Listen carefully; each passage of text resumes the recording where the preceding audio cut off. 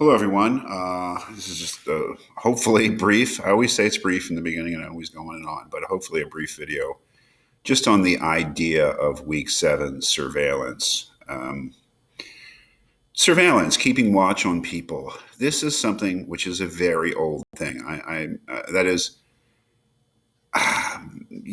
Caesar was surveilling people in Rome in the first century BC, right?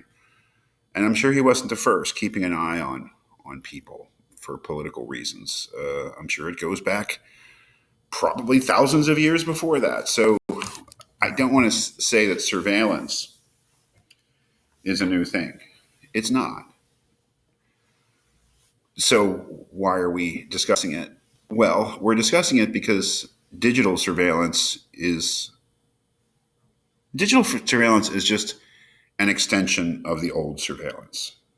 Okay, but as Hans Jonas teaches us, sometimes when something increases in power to a certain extent, even if it's a familiar thing, we enter into new territory. And I think that, of course, in computer ethics, if it's going to be contemporary, has to acknowledge the new world of digital surveillance. I think that when we talk next week about the Chinese surveillance state, which is an astounding thing, I think that I will be proved right, that this is something new, of a new order. The truth of the matter is, I think that the digital technology has made the power of surveilling people, keeping an eye on them, watching them, knowing about them, monitoring them, the power to do that is, we passed the point where it's like the old days where the FBI was opening people's letters and tapping people's phones and things. I mean, surveillance has always been around, but never with this kind of power which is both, I think, especially in scope.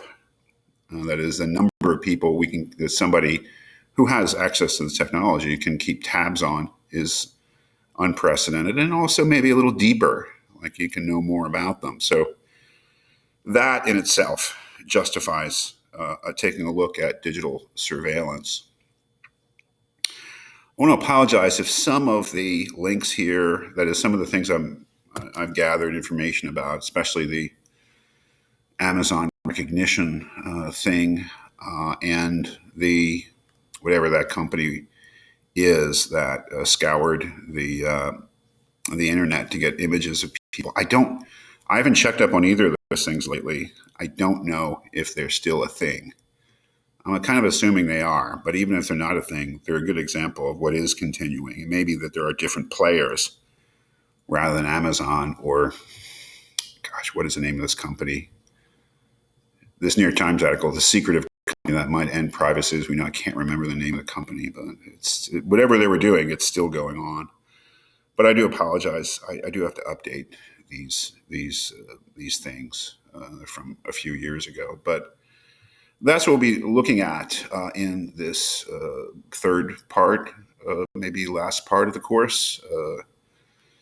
The new ways in which surveillance is enabled by digital technology, starting just with the general idea and then moving on to the particularities of the Chinese surveillance state, which I think is just, I'm not trying to, as I say, hopefully next week, I'm not trying to single out or persecute, if that's possible, China. But China is the place in terms of cutting edge of using digital technologies and old style technologies to keep huge numbers of people under surveillance. But then moving on in week 9 and to general thing about social media, and then week 10 the idea of interveillance, what the new form of surveillance that social media perhaps might make possible. The new name for it, interveillance, which if you look at that, I think that'll be quite familiar to you what that's about.